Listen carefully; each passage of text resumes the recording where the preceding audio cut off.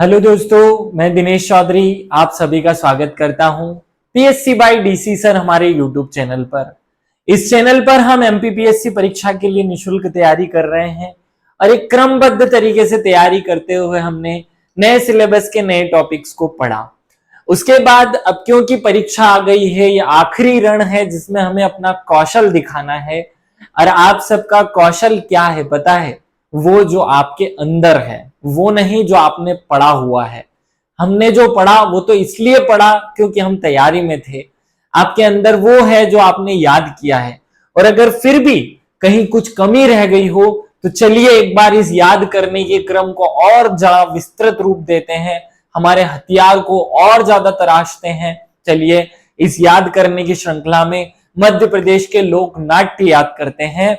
आज के इस वीडियो में हम एक कोड के माध्यम से मध्य प्रदेश के सभी अंचलों के जो लोक नाट्य हैं उनको याद करने वाले हैं।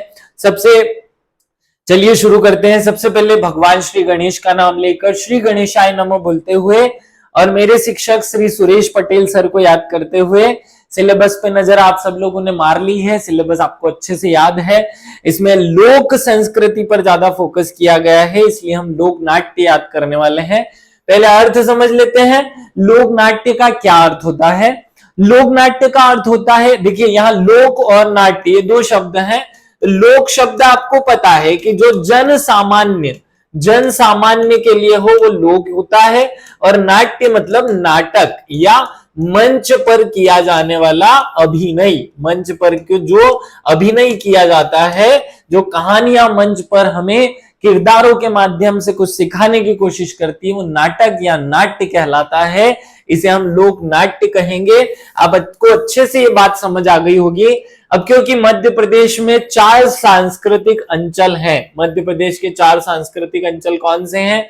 निमाड़, मालवा, बुंदेलखंड और बघेलखंड। इसलिए इसे हम 4 भागों में बांटकर याद कर रहे हैं। चलिए एक छोटा सा कोड बना लिया जाए, उसके माध्यम से हम इसको पूरा याद कर लेते हैं। अभी तक हमने क्या किया था कि हर एक अंचल के लिए अलग अलग कोड बनाया था, लेकिन अब हम क्या करने वाले हैं, एकमात्र अकेले कोड से सारे के सारे जो लोक नाट्य हैं उनको याद करने वाले हैं। अब कैसे याद करेंगे?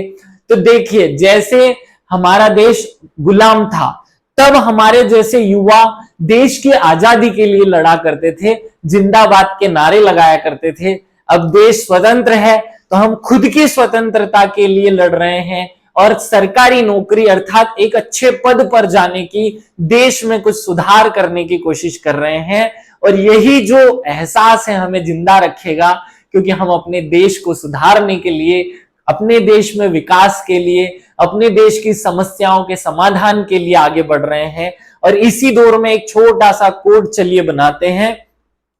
क्या अच्छा सा कोड हो सकता है? देखिए, आप सब लोगों को कोड ऐसा बनाना है जो बड़ा ही आसान हो। कोड में बहुत ज्यादा हमें परेशानी नहीं होनी चाहिए। मैं पीएससी के स्टूडेंट्स को पढ़ाता हूं। पिछले 5 सालों से पीएससी की जो तैयारी करने वाले बच्चे हैं वो बहुत परेशान हो चुके हैं। तो अब उनके मन से नशा छलकने लगा है, दर्द छलकने लगा है। और इसी पर एक कोड है। कोड मैंने बनाया है, थोड़ा सा अजीब लगेगा आपको, लेकिन याद रखना है। मगर नशा ही छलका मन से जिंदाबाद। देखो, कितना भी दुख, कितना भी दर्द, कितनी भी परेशानी के बाद भी आप सब लोग तैयारी कर रहे हैं।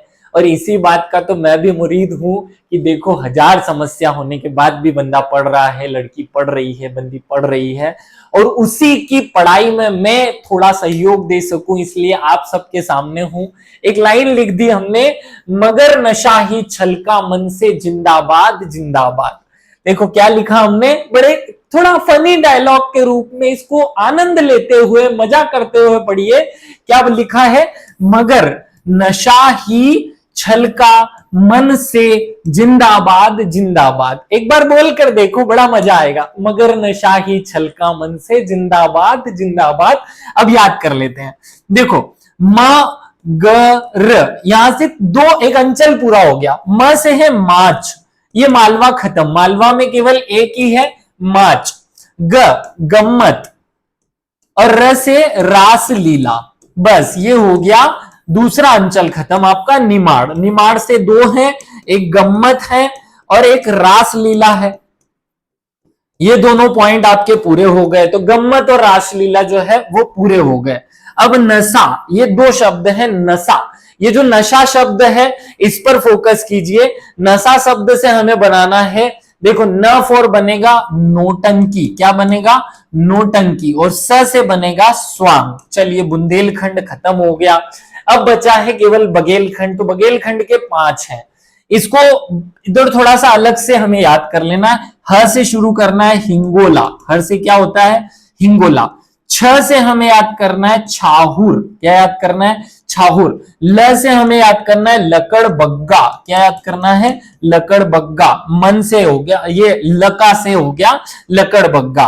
अब आपको यहां जिंदबा याद करना है। जिंदबा, जिंदबा ये शब्द है जिंदबा। बस इतना ही है, 5 पॉइंट्स हैं, हमें पांचों पॉइंट याद कर लेने हैं। पांचों पॉइंट याद हो गया तो बस काम हो गया। इसको एक बार थोड़ा सा सरल ढंग से मैं लिख देता हूं, थोड़ा कठिन ना हो। देखो चारों अंचल को एक साथ लेते हैं। हमने क्या लाइन बनाई? मगर नशा ही छलका, छलका मन से। क्या लिखा आखिरी में? जिंदाबाद, जिंदाबाद। बस इतना ही तो एक लाइन है, बड़ा सरल सा लाइन है। कैसे? म से हो गया माच, ग से हो गया गम्मत, र से हो गया रासलीला। चलो यहां तक बता देता हूं एक बार। ये मालवा खत्म भैया, मालवा में एक ही है। ग से गम्मत और रासलीला ये दोनों। निमाड़ खत्म हो गया, निमाड़ में इतना ही है। अब नशा, तो इस शब्द पे फोकस करना, न और शा। देखो न से है नोटंकी। क्या है? नोटंकी। और श, ये नोटंकी जो है वो याद रखनी है, नोटंकी। और स से, ये स वाले को स, स्वांग वाला स ले लेना, तो अगला वाला शब्द हो गया स्वांग। याद हो जाएगा। तो ये दोनों हो गए बुंदेलखंड। अब भाई बुंदेलखंड भी खत्म, बुंदेलखंड के नाट्य हो गए। अब आते हैं यहां से यहां तक छलका या ही छलका। ह से होता है हिंगोला। हिंगोला याद रखना है पहला। फिर छल, छ से है छाहुर। छ से क्या है? छाहुर। लका मतलब लकड़ बग्गा, ये हो जाएगा। मन से, मन ये शब्द काम का है। मन शब्द हमें याद रखना है। मन से क्या होगा? मन शब्द ही काम का है, मन ही याद रख लो। मन सुखा, मन हमेशा सूखता रहता है ना। से कुछ नहीं है। और जिंदाबाद से है जिंदबा, जिंदबा। बस इतना ही याद कर लो, आपका नाट्य खत्म, कहानी खत्म। ये एक लाइन याद रख लो। क्या लाइन है? मगर नशा ही छलका मन से, जिंदाबाद, जिंदाबाद। बस एक ही तो लाइन है, इतना तो रट ही सकते हैं, इतना तो याद कर ही सकते हैं। क्या लाइन बना दी हमने? मगर, मगर नशा ही छलका मन से, जिंदाबाद, जिंदाबाद। कैसे? म से माच, ग से गम्मत, र से रासलीला, न से नोटंकी और श से स्वांग। हिंगोला। छ से छाहुर, छ से क्या होगा? छाहुर। लका मतलब लका मतलब क्या? लकड़ बग्गा। मन मतलब मन सुखा, स छोड़ देना। और जिंदबा, तो यहां तो जिंदबा लिखा ही हुआ है, जिंदाबाद का द हटा दो तो जिंदबा हो गया। तो ये आपके मध्य प्रदेश के सारे अंचलों के लोक नाट्य समाप्त हो गए, कहानी खत्म यहीं पे हो जाती है। लेकिन हम इससे अंदर चलने वाले हैं, क्योंकि यहां से प्रश्न आगे डीप में भी पूछा है, इसके अंदर से भी पूछा है। चलिए अब हम करते हैं आगे की कहानी शुरू। अगले पॉइंट पे आते हैं। आगे क्या पूछा है आपसे? बहुत ध्यान से इसको सुनना। आगे आपसे पूछा गया है कि भैया निमाड़ का जो पहला वाला लोक नाट्य है उसकी डिटेल बता दो। पहला है गम्मत। अब गम्मत शब्द का क्या अर्थ है? गम्मत का अर्थ होता है नाटक। क्या अर्थ होता है? नाटक। उम्मीद है आप सब लोगों को याद हो गया होगा। याद नहीं भी हुआ तो मैं बीच में 4 बार रिवाइज करा दूंगा, याद हो जाएगा। तो गम्मत का अर्थ हुआ नाटक। निमाड़ में है अत्यधिक प्रसिद्ध लोक नाट्य है, तो निमाड़ का हमें याद कर लिया है। गम्मत मुख्यतः 3 अवसरों पर किया जाता है, एक नवरात्रि पर, एक होली पर और एक गणगौर पर। तो मुख्यतः 3 अवसर जो हैं वो याद रख लो। होली याद रख लो, नवरात्रि याद रख लो और गणगौर याद रख लो। ये 3 अवसरों पर मुख्यतः किया जाता है, बाकी अपनी इच्छा जब करना है तब कर लो। गम्मत का मंच चारों ओर से खुला होता है और बीच में खंबा गाड़कर चारों ओर कपड़ा लगाते हैं जिसे चंदोबा कहते हैं। देखो एक ये खंबा गाड़ दिया और चारों ओर एक कपड़ा लगा दिया ऊपर की तरफ जिसके नीचे यहाँ गम्मत होगा, तो इसे कहते हैं चंदोबा। क्या कहते हैं? चंदोबा, चंदोबा कहते हैं इसे, याद रखना। इसी के नीचे गम्मत किया जाता है। गम्मत में एक विदूषक होता है, वो तो जनरली विदूषक ही कहते हैं, यहाँ शब्द रटने की जरूरत नहीं है। चलो आगे बढ़ते हैं। इस गम्मत के बारे में याद रखना, सबसे पहले गणेश जी और सरस्वती वंदना के बाद नर्तक का नाच होता है और फिर उसके बाद मुख्य गम्मत की शुरुआत होती है। गम्मत शुद्ध रूप से मनोरंजन के साथ साथ समसामयिक जो घटनाएं हैं उनको व्यंग्यात्मक रूप में, हास्यपरक रूपों में प्रेजेंट करने का एक तरीका है। तो गम्मत क्या है? गम्मत जो है, गम्मत जो वर्तमान घटनाएं हैं उनको हास्यपरक रूप में प्रेजेंट करने की, व्यंग्यात्मक रूप में प्रेजेंट करने की व्यवस्था। याद रखिएगा, जैसे ये एक दादा व्यंग्यात्मक रूप में इस लड़की के सामने कुछ प्रेजेंट करते हुए दिखाए जा रहे हैं।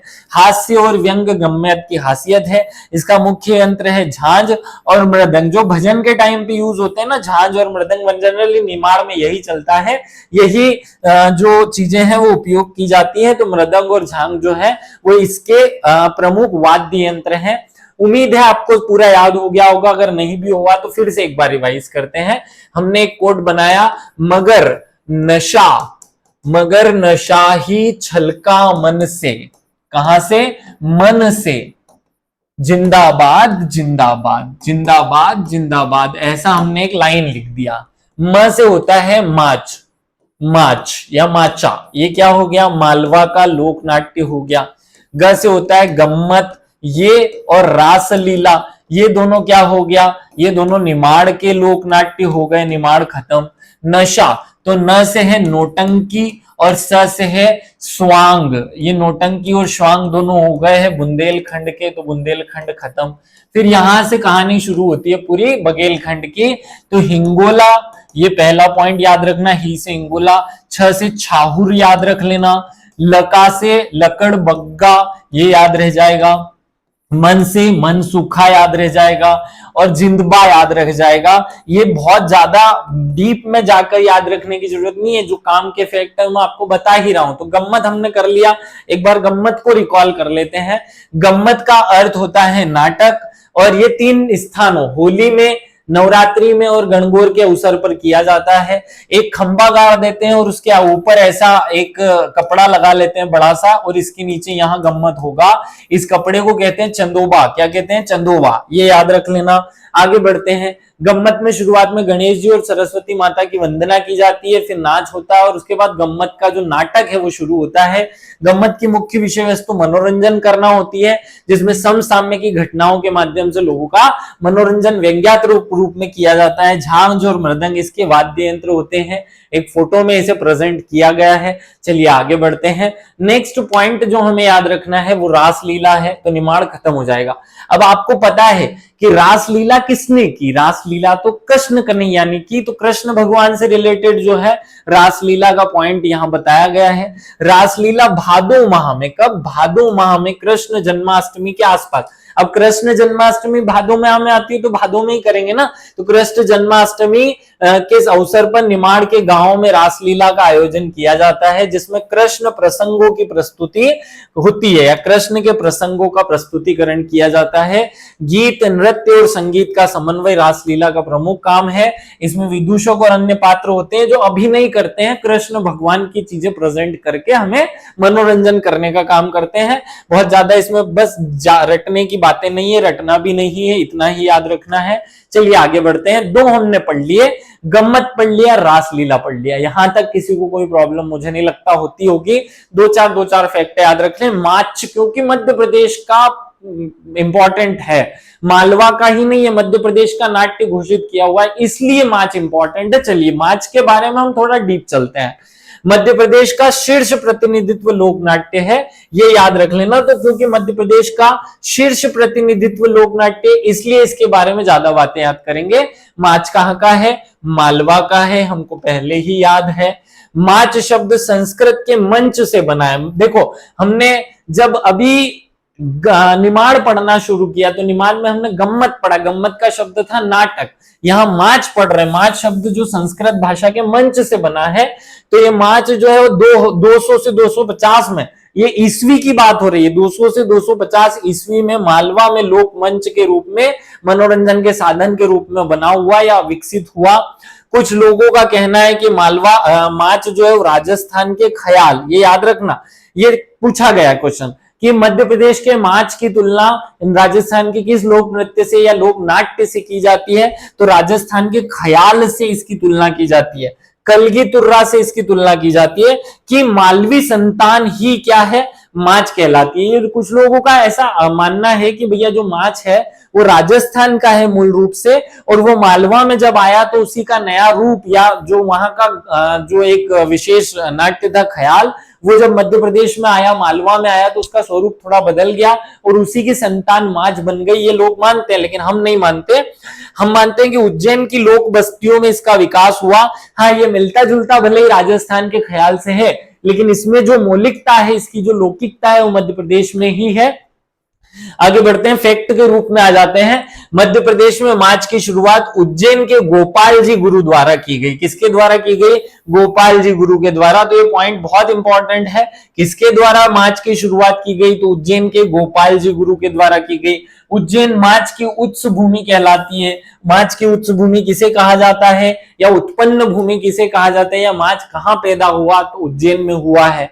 ये जॉन मेलकम नाम के एक अंग्रेज अधिकारी है, याद रखना, एक अंग्रेज अधिकारी का नाम है जॉन मेलकम नामक अंग्रेज अधिकारी ने अपनी पुस्तक मेमोयर्स ऑफ सेंट्रल इंडिया में बालूबा नामक एक ब्राह्मण, ये बालूबा कौन है? एक ब्राह्मण है। बालूबा नामक एक ब्राह्मण द्वारा प्रस्तुत किए गए माच का उल्लेख 12वीं शताब्दी में किया। इससे अंदाजा लगाया जा सकता है कि माच कितना पुराना नाट्य है, आप इससे अंदाजा लगा सकते हैं। जॉन मेलकम जो कि 12वीं शताब्दी के एक नाट्य का वर्णन कर रहा है जिसमें माच है, तो इससे पता चल रहा है कि ये तो बहुत पुराना, राजस्थान से कहां से आ गया। चलो, माच पुरुष प्रधान है। अब देखो, माच जो है वो पुरुष प्रधान है। क्या है ये? पुरुष प्रधान। वैसे भी मालवा पुरुष प्रधान है, तो माच जो है पुरुष प्रधान है, जिसमें महिला पात्रों की भूमिका भी पुरुष ही निभा लेते हैं। महिला भी पुरुष ही बन जाता है, मतलब पुरुष ही महिला का वेश धारण करके काम कर लेता है, नाट्य कर लेता है। आगे बढ़ो, माच की तैयारी के लिए सबसे पहले एक माणक खंबा गाड़ा जाता है। तो ये याद रखना, जो मूल खंबा गाड़ा जाता है माच के लिए, उसे क्या कहा जाता है? उसे माणक खंबा कहा जाता है। एक लकड़ी का खंबा सबसे पहले गांव के खुले क्षेत्र में स्थापित किया जाता है। माच में संवाद जो होते हैं उनको बोल कहा जाता है।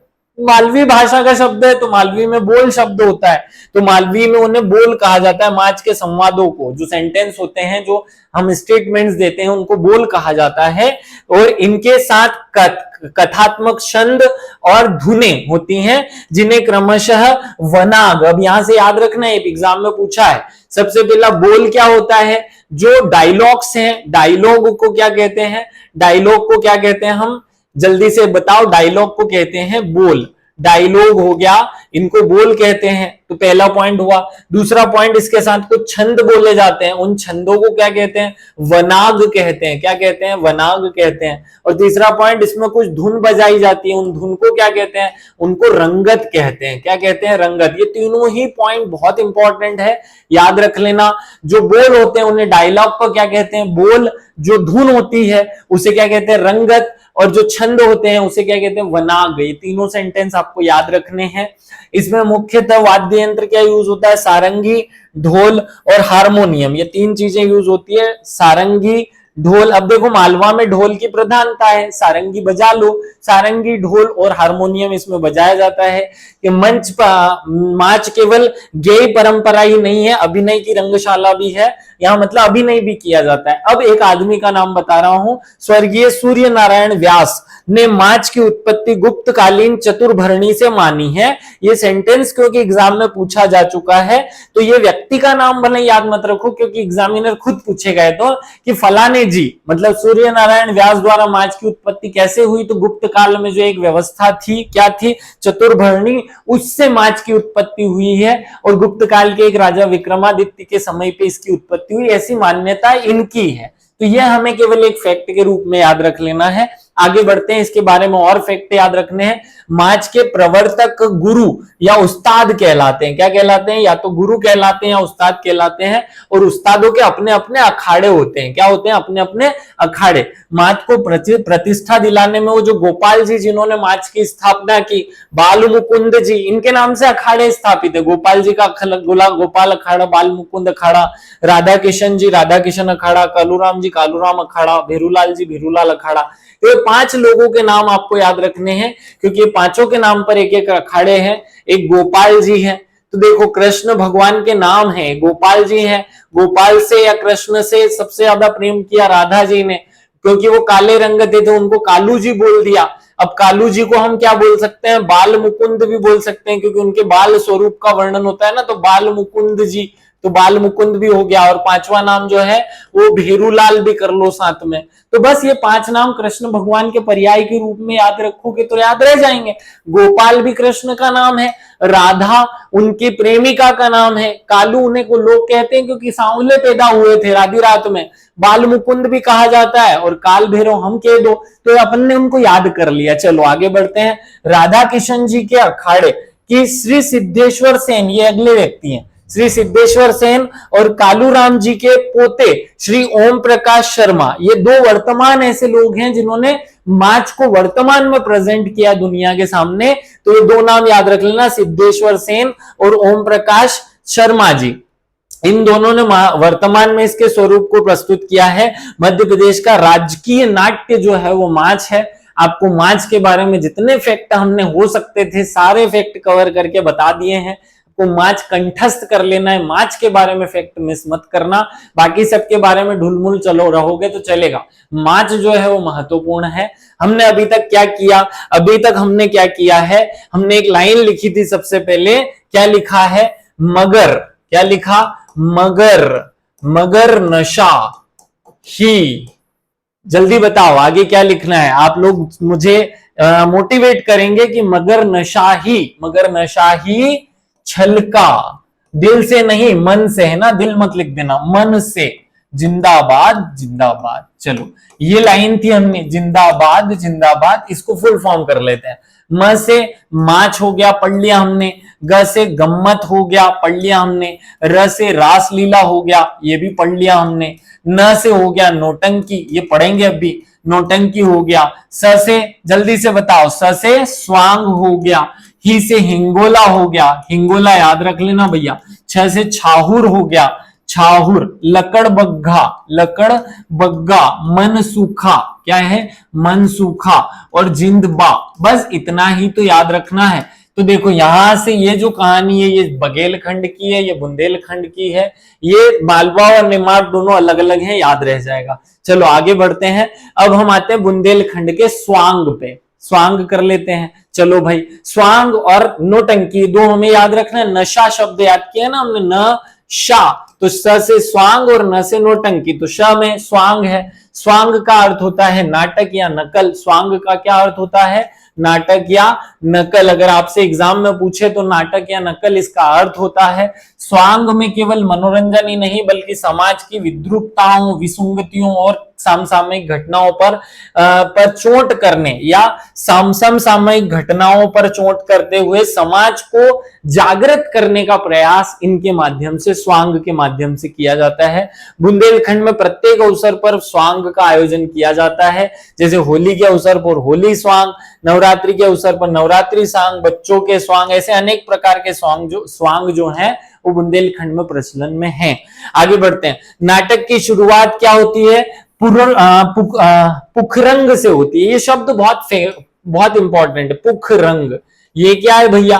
पुखरंग जो है वो एक देवी की प्रार्थना है, भवानी देवी की, जो शुरुआत में आरती पूजा की जाती है, उसे पुखरंग कहते हैं। क्या कहते हैं? तो होती है जो देवी भवानी की गई प्रार्थना होती है। स्वांग का प्रदर्शन खुले मैदान में मंच पर किया जाता है और वो हमेशा गोलाकार होता है। स्वांग का जो मंच होता है या खुला स्थान कैसा होता है? गोलाकार होता है। पुखरंग क्या होता है? तो स्वांग की शुरुआत में भवानी माता की जो पूजा की जाती है उसे पुखरंग कहते हैं।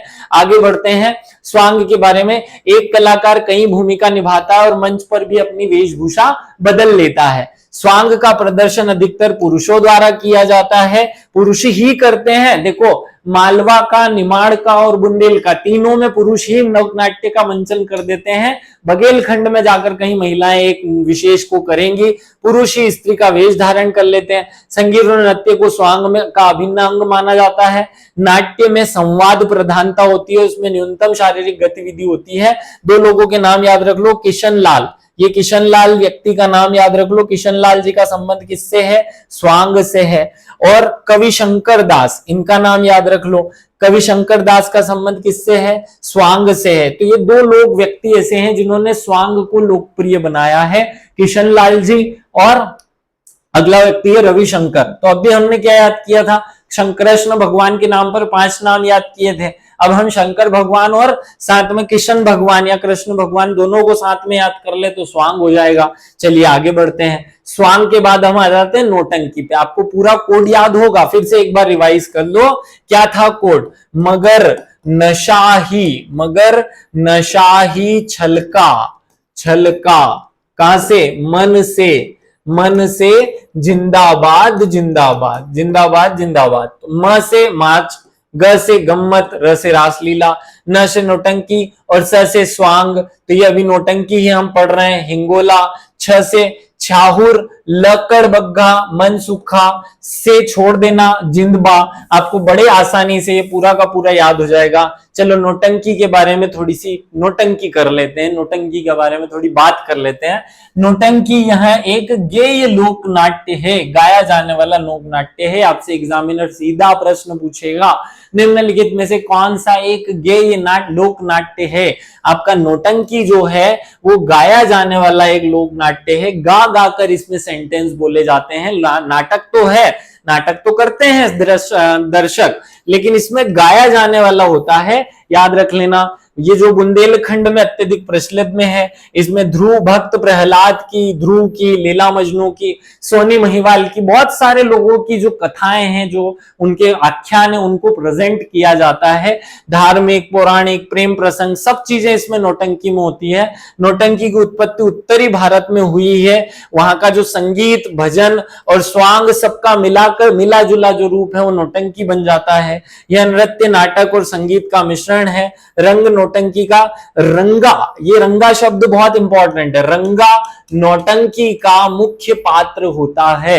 नौटंकी में जो मूल रूप से गाने का काम करता है वो रंगा कहलाता है। क्या कहलाता है? रंगा। तो ये प्रश्न इंपॉर्टेंट है, याद रख लेना। और एक साथ और एक फैक्ट याद रख लो कि इसका मुख्य वाद्य यंत्र जो है वो नक्कारा होता है। क्या होता है? नक्कारा। तो देखो यह नौटंकी से नक्कारा याद हो जाएगा। नौटंकी जो बच्चे करते हैं वो नक्कारे होते हैं, मक्कारे होते हैं, मक्कार होते हैं ना, वो नौटंकी करते रहते हैं, पढ़ाई नहीं करते, नौटंकी करते हैं।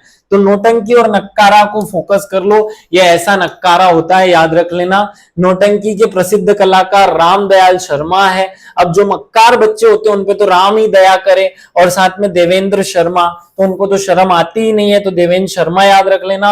और राम दया करे तो रामदयाल शर्मा रामदयाल याद रख लेना, तो रामदयाल याद हो गया और देवेंद्र शर्मा याद हो गया।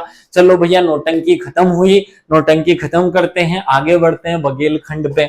उससे पहले एक बार फिर से मैं आपको पूरा सेंटेंस रिवाइज कराता हूं। क्या था सेंटेंस? मगर, जल्दी से बताओ। मगर, मगर, मगर क्या? मगर नशा ही, मगर नशा ही छलका, मगर नशा ही छलका, मन से जिंदाबाद, जिंदाबाद। बड़ा अच्छा सेंटेंस लगा मुझे, जिंदाबाद, जिंदाबाद।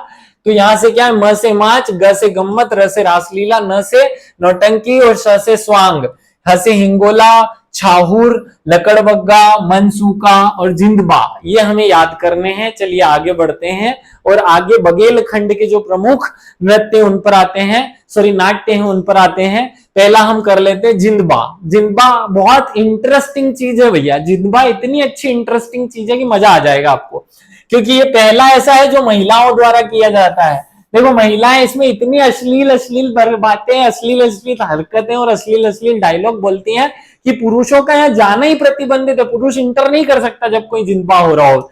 तो जिंदबा या बघेलखंड की महिलाओं का नाट्य है जो विवाह के अवसर पर किया जाता है। सामान्यतः विवाह के अवसर पर महिलाएं जो ठिठोली करती है, जो हंसखेलियां करती हैं, उसका एक नाट्य किया जाता है, लोक नाट्य जो किया जाता है वही जिंदबा कहलाता है। जिंदबा बघेलखंड का लोकप्रिय नाट्य है। इसमें अश्लीलता की कोई सीमा ही नहीं होती, कितनी भी अश्लीलता कर सकते हैं, और इसी कारण से इसे बहलोल कहते हैं। क्या कहते हैं?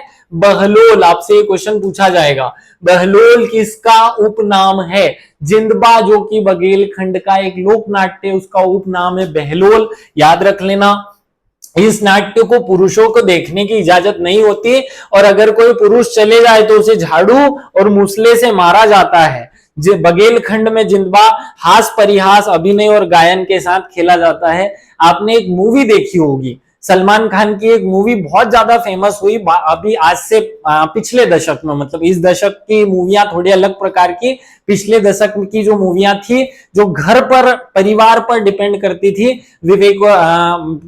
तीन जो भाई की एक मूवी दर्शाई गई थी, उसमें ये जो है प्रेजेंट किया जाता है, या इस नाट्य को जिंदबा को जो है वो प्रेजेंट किया जाता है। और अगर आप समझ गए हो तो बताना, मतलब तीन हीरो नहीं, 2 हीरो होते हैं इनके। सलमान खान के जो बड़े भाई होते हैं उनका हाथ काम नहीं करता। याद आ रही होगी आपको वो मूवी? तो अगर वो याद आ रही हो तो कमेंट करके मूवी का नाम बता देना, जल्दी से बताओ। चलो आगे बढ़ते हैं, नेक्स्ट सेंटेंस, नेक्स्ट वाले नाटक पे आते हैं। लोक नाट्य है, गलती से गायन लिखा गया है, मनसुखा। मनसुखा क्या है भैया?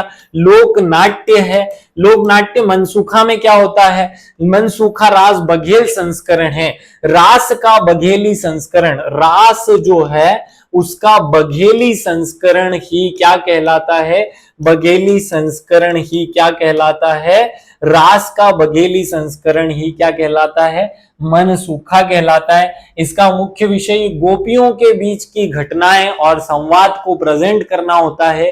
गोपियों के बीच की घटनाएं और संवाद इसमें प्रेजेंट किया जाता है। इसमें 2 मंच होते हैं और 2 पदों का प्रयोग होता है। इसमें विदूषक मनसुखा कहलाता है। गोपियों के बीच नोक झोंक और प्रेम को या प्रणय संबंधों को दर्शाया जाता है। कृष्ण भगवान का जो रास लीला है उसी का बघेली संस्करण क्या कहला जाता है? क्योंकि रासलीला बुंदेलखंड में हो गई, तो उसी का बघेली संस्करण क्या कहला जाता है? मनसुखा कहला जाता है। मस्करों को गांव में मनसुख लाल इसी कारण से कहा जाता है। जो छिछोरे लड़के होते हैं उन्हें मनसुख लाल कहा जाता है गांव में, और इसी कारण कहा जाता है क्योंकि मनसुखा जो है वो बघेलखंड का लोक नाट्य, जो रास करने वाले, जो थोड़े से रोमांटिक टाइप के लड़के होते हैं उनके लिए प्रेजेंट किया जा रहा है। चलिए आगे बढ़ते हैं, छाहुर पे आते हैं। आपको सेंटेंस हमारा कोड याद रहा होगा, भूले तो नहीं? फिर से रिवाइज कराऊं क्या? चलो करा देता हूं। मगर नशा ही छलका मन से, मगर नशाई छल का छ से छाहुर, यही छाहुर हम पढ़ रहे हैं। छाहुर यह मूलतः बघेलखंड में कृषक जातियों का लोक नाट्य है। ये क्वेश्चन बनेगा, इस पर फोकस कर लेना। कौन सा लोक नाट्य कृषकों द्वारा किया जाता है? छाहुर जो लोक नाट्य है, छाहुर लोक नाट्य कृषकों द्वारा किया जाता है।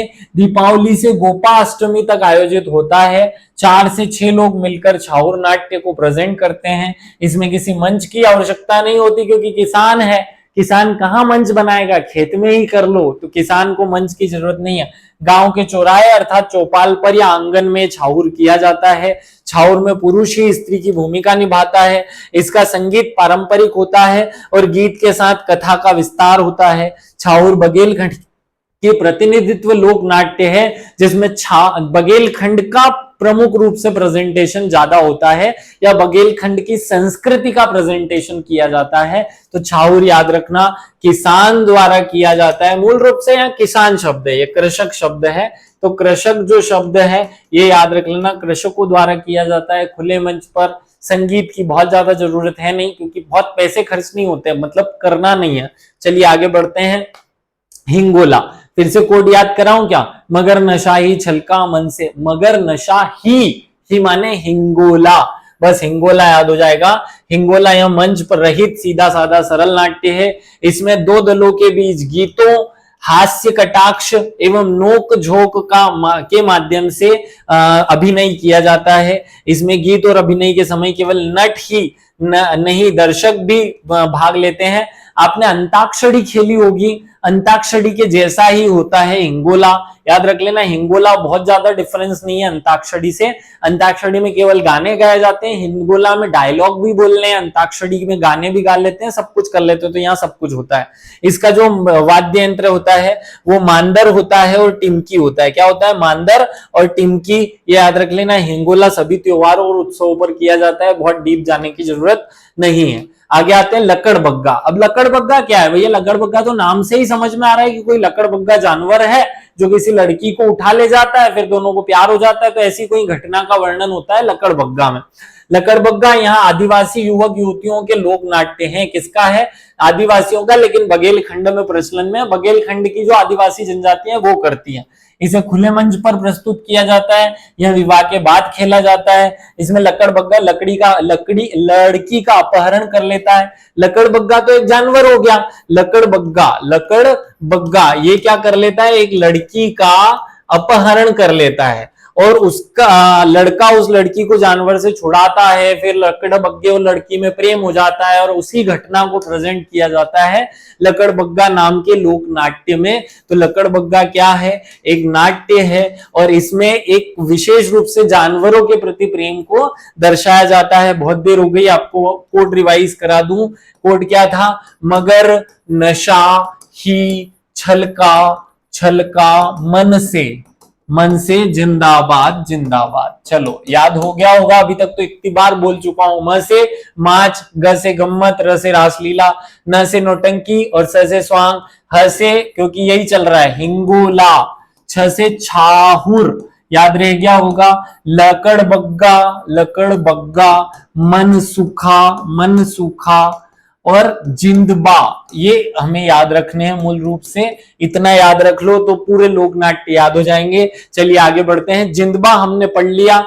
जिंदबा में एक बात विशेष रूप से याद रख लेना, जिंदबा जो है वो महिलाओं द्वारा किया जाता है। बाकी सारे के सारे, मतलब यहां से यहां तक के सारे केवल पुरुषों द्वारा किए जाते हैं। केवल जिंदबा ही एक ऐसा लोक नाट्य है जो महिलाओं द्वारा किया जाता है और पुरुष को देखने की भी अनुमति नहीं है, उसमें प्रवेश करने की भी अनुमति नहीं है। अगर आप लोगों को समझ आया हो, अगर आप लोगों को ईमानदारी से ये लगा हो कि आपको अब याद हो गया, पढ़ने की जरूरत नहीं है, कमेंट करके जरूर बता देना। कमेंट करके बताने से हमें पता चलेगा कि हाँ भाई, हम ये जो मेहनत कर रहे हैं इससे आपको फायदा भी मिल रहा है कि हम केवल यहाँ कामिक गीत गाए जा रहे हैं, आपको कुछ याद ही नहीं हो रहा है। सब लोगों से विशेष निवेदन है, कमेंट करके बताएं, शेयर करना ना भूलें। ज्ञान एक ऐसी चीज है जिसे जितना बांटोगे उतना बढ़ेगा। अपने दोस्तों के साथ ऐसे कोड में बातें करना शुरू करो, हंसी मजाक करना शुरू करो। लंच करते करते, रोड पे चलते चलते, मजाक मस्ती में इन सब कोड को दोहराना शुरू कर दो। आपकी सारी जो समस्याएं वो सॉल्व हो जाएंगी। सब लोगों को विशेष धन्यवाद। अलविदा करते हैं। Thank you.